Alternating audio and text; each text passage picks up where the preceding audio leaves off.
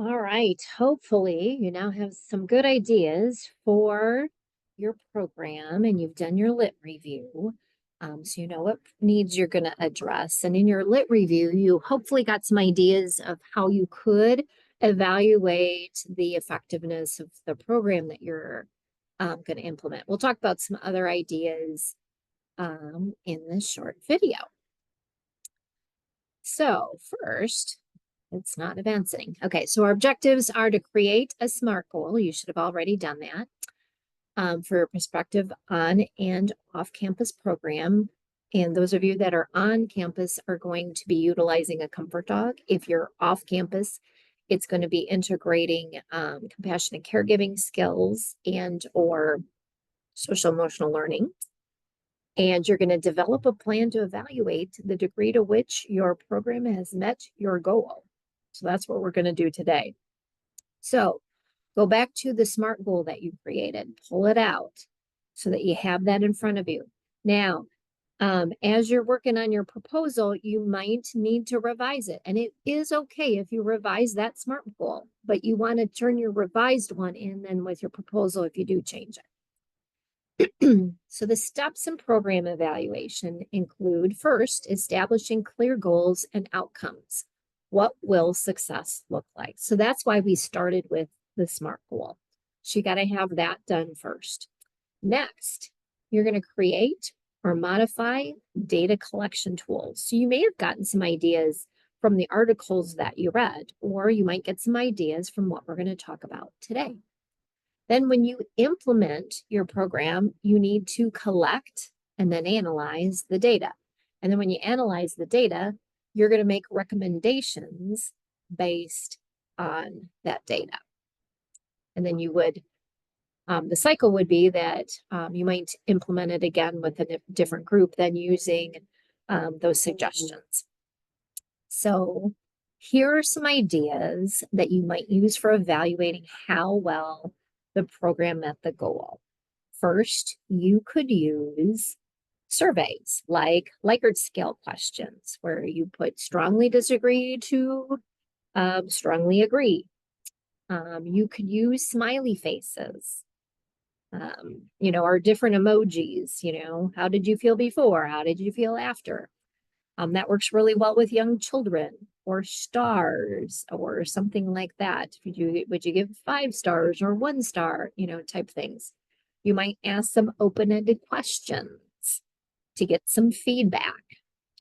You could do an interview or like a small group focus group where you ask some open-ended questions and record it, or have somebody take some notes. One of you ask the questions and one of you take notes or something like that. We've had people use a pain scale, and that pain scale could use emojis, especially like in an athletic training situation or a therapy situation. Like our OT and PT program, they have a clinic and they would use a pain scale in doing some kind of evaluation. You might have something similar with a stress scale. Those of you who took the social emotional class, depending on when you took it, you may have had to develop some type of a rubric or scale or something like that. We did that a couple times. A well-being scale. Okay, so those would be some ideas. You might have one of your teammates take observational notes and record quotes from participants with permission from the participants. You might even record your program so that you can go back and watch it again and take more detailed notes. So that would be an example of how you might gather qualitative data. You could have detailed notes about changes as participants interact with the dogs. So for example, as people are petting the dog, you might naturally see their shoulders relax or a smile come to their face, or the hard features on their face might soften, things like that. Or you might see differences in the rate at which they talk or something like that. So all of those could be ideas. Like for example, if you go to the behavioral health unit or to Advocates of Ozaki, They may not allow you to do surveys and that kind of stuff, but that could be an example of how you might be able to collect some data that you could share.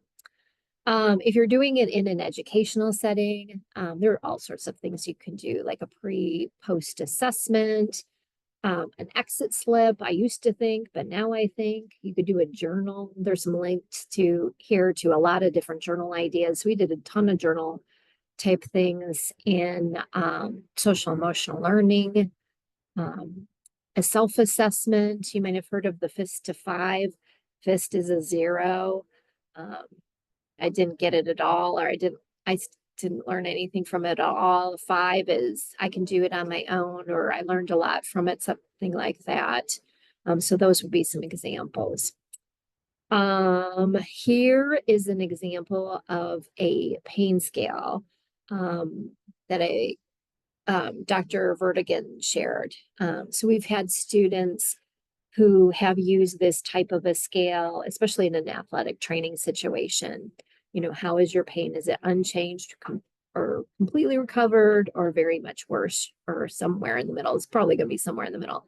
But those would be types of scales that you might use. No pain at all to very severe. And sometimes in hospitals and clinics, especially with young children, they'll use different emojis, you know, from the very smiley face to the red, very frowny face type thing to note pain or how someone's feeling. In terms of electronic options, you can use Google Forms, and then you can have a QR code where people just scan the code with their phone and they can just fill it out on their phone and submit it. That's really easy to do. You can also do SurveyMonkey. That is a free survey tool. Those of you who are in education, you may be familiar with Desmos. Professor Balsman and I both have used that particular platform in math. And they have these screens for checking in, and it collects all the data for you. You just got to give them the website and the code to fill it out. But they have all these sliders and stuff like that, like how are you feeling, energetic to tired, on the vertical scale, negative to positive, on the horizontal. Select the graph that best represents your stress level over the past week. So those would be some examples. I mean, you could do it in a group too. And like I've done those types of questions in 4 corners. You know, the top right corner would be the front right corner of the room, and go to the corner that best represents how you feel. And then you can get a quick scan of how many people are in each corner, and then have people share out, why did you pick that corner, that type of a thing, and talk with people in that corner. So those are just some quick ideas. There's so many ways that you can do this though. Here's another one. Again, it's an emoji scale similar to those Desmos check-ins. Okay, so you've got the negative to positive in this case on the horizontal scale, and then the vertical scale is like very high arousal to very low arousal. So that again is a tool that's, this is from a psychology article. So that's another example.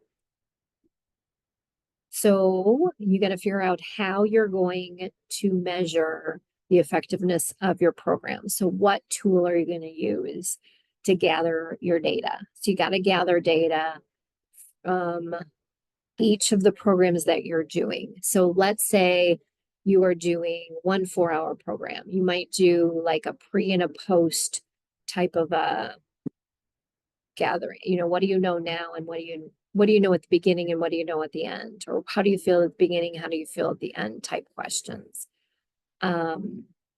If you're going to do multiple sessions, like let's say you're going to do 4 1-hour sessions if you're off campus, or if you're an on-campus student, let's say each of your programs are going to be 2 1-hour sessions. Maybe you do 1 assessment on the first time and 1 assessment on the second time to see how their ratings changed, you know, that kind of thing. So there's a lot of different ways that you can do it, but you need to gather your data. So you need to have a plan before you start. This needs to be part of your proposal pitch. and you'll get feedback on it. You also want to know what you're going to have to do for final presentations. For final presentations, if you're an online student, you will have the option, if you choose, to give your presentation in person to at least one other group of your peers and your professor. So for those of you that want to do it in person, we will plan 1 or 2 dates that we will do that, because we have 2 professors, so we could do it on 2 different dates. And again, like we did with the proposal pitches, it'll be, when it works for the people who want to do it in person.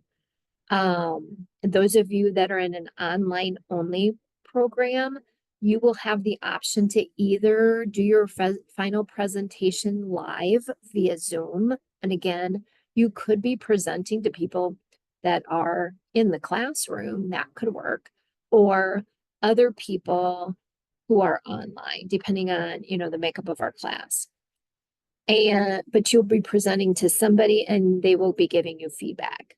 Or you can have the option to do your presentation asynchronously. That means you and your partner or partners need to record a 20-minute presentation, hitting all of the keys on the rubric. And then you will share it with at least one other group that's going to review it and give you feedback, just like we will do if you're doing it live. Okay. So that is how that's going to work. But you'll get to choose, do you want to do it in person live, on Zoom live, or pre-recorded? Any way you do it, you will have the expectation of providing feedback to at least one group. And your instructors will kind of take that survey. You will answer that in the discussion post the week before finals, and then we'll coordinate that based on your responses and when you're available. In the program, you're going to have to recap the goal of each of your programs, your target audiences, how the program addressed the needs of your audience, research that supports these needs and the activities you developed, and how you planned or could have integrated faith. So that's going to be a short recap of what was in your proposal pitch. Okay. So that's what you had planned, not what you may have had to modify it. And that's what comes next. What happened? Did you make any more modifications to your original proposal? Why? How did those modifications work out? Maybe you're going to do the same thing with 2 different groups and you implemented it once and you learned something from it and you changed it and it went much better, or maybe it didn't go much better, but that's what you're going to share. You're going to share your data in a visually appealing way. So it might be a graph, it might be a chart or something like that. Maybe you have some pictures from when you implemented your programs. If you're taking pictures, make sure you have permission. And there are some settings where you won't be able to. Most schools, if you have permission and you're not sharing it out publicly online, if it's just going in a presentation, they're okay with you taking pictures, but you definitely always ask. But if you are, like, say, at a hospital or advocates of Ozaki, especially, they will not allow any photography at all. So those types of environments, you cannot take pictures. You could take a picture of you and your partner with the dog or something like that, do a selfie outside of the hospital, but you can't include anybody that you are working with in those types of environments. So make sure you know what the restrictions are on photography. Don't just assume that you can take pictures. That is really, really important. When you are working in trauma situations, a lot of times it is not appropriate to take pictures. So always, always be mindful of that. We are serving people first, and the pictures are supplemental. I mean, if you're able to gather pictures, great, but always ask for permission. And then also ask, especially like if you're going to a school, is it okay if we share the pictures on our Facebook group for Runner? If it's not, fine, we don't have to do that. But if you do have pictures and people are okay, and a lot of times they are because it promotes their programs too, yeah, send them to me and we can put them on Runner's Facebook page and Instagram. And that's a great way for us to share what we're doing in our program with other people. Next, what would you differently if you were able to do a similar program in the future? What advice would you have for future students in this course? So those are the things you want to do in your presentation. And if you did two different programs, like on and off campus, you would do this for each of your programs. Okay. There's a link to the final presentation rubric. So take a look at that carefully. I'm just going to click up here real quick just so you can see it. That's going to answer those questions we just talked about. You want to be professional in your presentation. You want to, with good eye contact. If you're doing a recorded presentation, again, you want to have good eye contact. You won't want to look like you're reading something the entire time. It's a little easier to not look like you're reading if you're doing it recorded on Zoom, but because you can still have it on your screen like I do right now. But certainly like if you're doing it live, you just don't want to read a script, so think about what are good professional actions to use in a presentation. If you have a partner, there should be an equal sharing of the presentation. It shouldn't be one person doing all or most of the talking.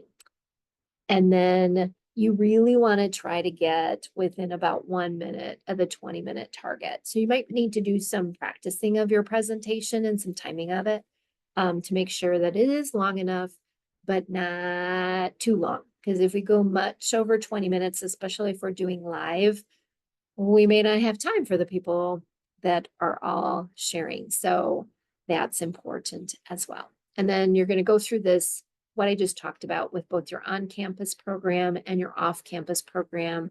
If you did both, if you only did one, then of course you would only talk about the one.